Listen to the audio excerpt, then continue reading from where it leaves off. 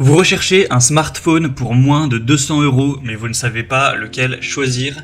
Eh bien vous êtes tombé sur la bonne vidéo car c'est ce qu'on va voir aujourd'hui dans ce top 3 comparatif des meilleurs smartphones pas chers pour moins de 200 € qu'on peut retrouver sur le marché en 2023. Donc là précisément les modèles que je vais vous présenter à l'heure où j'enregistre la vidéo, je vais dire directement les prix, au moins ce sera plus simple. Donc le plus coûteux sera 208 €, ensuite le deuxième sera à 199 € et le troisième sera à 151 €. Alors les prix peuvent varier en fonction du temps, donc ce ne sera pas forcément exactement ces prix que vous allez voir, mais en tout cas à l'heure où j'enregistre, c'est quasiment tous des smartphones qui seront en dessous de 200 € ou en tout cas en dessous de 209 € si on veut vraiment être très précis. Donc si vous avez un petit budget et que vous souhaitez ne pas dépasser cette somme pour votre smartphone pour changer, eh bien j'espère que cette vidéo vous aidera à choisir. On va voir les mieux notés, du coup par ordre de prix décroissant. Et bien sûr il y aura tous les liens juste en dessous en description vers chacun des smartphones si vous souhaitez en commander un ou voir plus de détails. On commence donc avec le premier qui sera le Vivo Smartphone 5G. On aura 4,5 étoiles sur 5 en moyenne sur plus de 570 évaluations, donc c'est vraiment très correct. Comme je l'ai indiqué, le prix pour celui-ci est à 208 € et 5 centimes pour être précis, à l'euro j'enregistre, en partant du principe que ce prix peut bouger dans le temps. Vous aurez donc un réseau 5G qui vous permettra d'avoir une très grande vitesse au niveau de la connectivité pour que ce soit vraiment efficace lorsque vous naviguerez sur internet, etc. Sinon pour les fonctionnalités, la puissance entre guillemets du téléphone, vous aurez 4 Go de RAM. Ce qui certes n'est pas énorme, on va pas se mentir, c'est pas dingue, mais ça fait l'affaire pour une utilisation régulière, classique, pour aller sur diverses applications, pour aller sur YouTube, pour aller sur votre application bancaire, enfin voilà, toutes les choses un petit peu classiques, il n'y aura pas de souci. Après forcément, si vous voulez jouer à des jeux vidéo relativement gourmands avec une super qualité, ça risque peut-être, avec le temps en tout cas, de un petit peu plus ramer, ou ce sera moins efficient qu'avec forcément un smartphone haut de gamme, faut être clair là-dessus.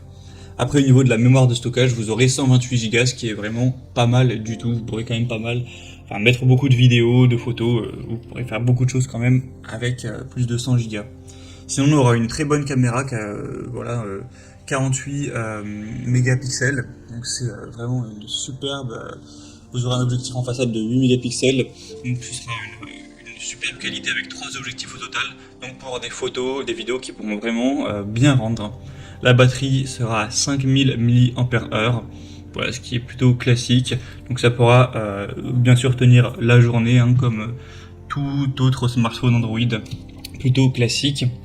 Et sinon vous aurez un écran qui aura une taille relativement normale également, que j'aille voir ça en détail, ça doit sûrement être autour de 6 pouces comme la plupart des smartphones qu'on peut retrouver sur le marché, c'est souvent parfois un petit peu en dessous de 6 pouces, parfois légèrement plus. Il sera très fin aussi, on aura une épaisseur donc de 8,5 mm.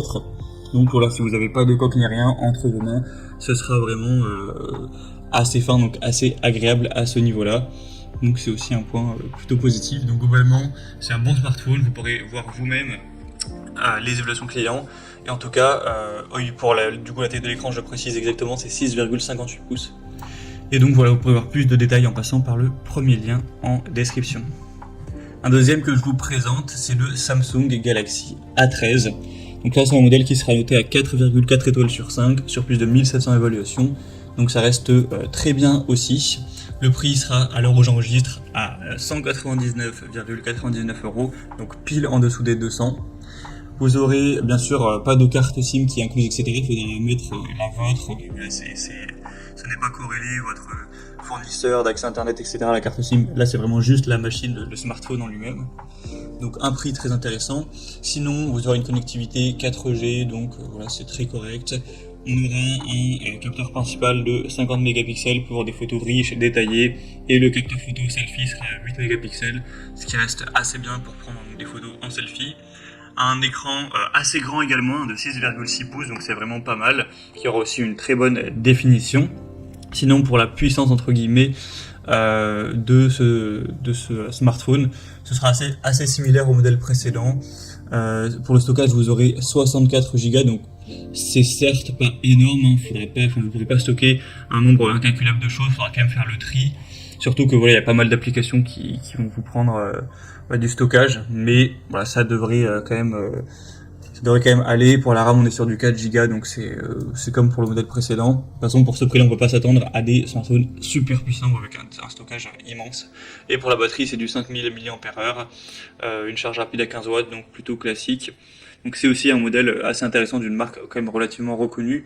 Encore une fois, vous n'allez pas pouvoir effectuer des tâches qui demandent énormément d'énergie avec une fluidité parfaite. Mais si c'est pour des fonctions basiques, bien sûr que ce smartphone suffira. Et on termine avec le Xiaomi Redmi Note 12. Donc c'est un smartphone qui est encore moins cher que les autres. Cette fois-ci, il sera, à l'heure où j'enregistre encore une fois, à 151,37 €. Les notations seront à 4,4 étoiles sur 5 sur plus de 298 évaluations, donc c'est assez positif. Et sinon, pour tout ce qui sera les fonctionnalités, c'est relativement ressemblant aux autres. Vous aurez de la RAM à 4 Go, donc voilà, c'est correct. 128 Go de mémoire, donc là c'est quand même pas mal, vous pourrez mettre relativement beaucoup de choses, c'est mieux que le précédent. Pour la qualité de la caméra, etc., c'est à peu près la même chose aussi. Une bonne qualité de l'écran, 5000 mAh pour la batterie, donc c'est également classique. Donc c'est vrai qu'il n'y a pas tellement de différence avec les autres.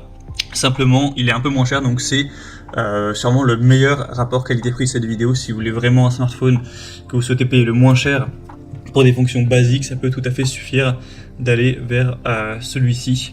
Ce sera compliqué de vraiment trouver moins cher avec quand même une bonne marque et une bonne qualité. Voilà, c'était tout pour ce top 3 comparatif des meilleurs smartphones pour moins de 200 €, pas cher, qu'on peut retrouver sur le marché en 2020.